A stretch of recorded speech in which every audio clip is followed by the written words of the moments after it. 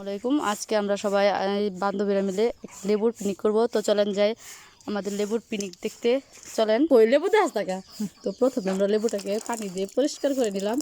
তো তো আমরা লেবুটা রাখার জন্যে হার্ট শেপের একটা বাটি নিয়ে নেব। তো তারপর লেবুটাকে সুন্দর করে কাটবো। তো আমার বান্ধবী অনেক গরম লাগছে, তো তাই বলতেছে যে একটু লেবুর পিকনিক করলে কেমন হয়। তো আমি কিন্তু ফার্স্ট টাইম এগুলো করতেছি, আমি কখনো করি নাই আগে। তারপর লেবুটাকে একটু থেতলে নেব। তো এখানে আমরা অনেক মশলা অ্যাড করব। তো প্রথমে আমরা দিয়ে দেব, তারপর একটু মরিচের গুঁড়া দিয়ে নেব যেন খাইতে অনেক টেস্টি হয়। তারপর এটাতে দিয়ে দেব লবণ।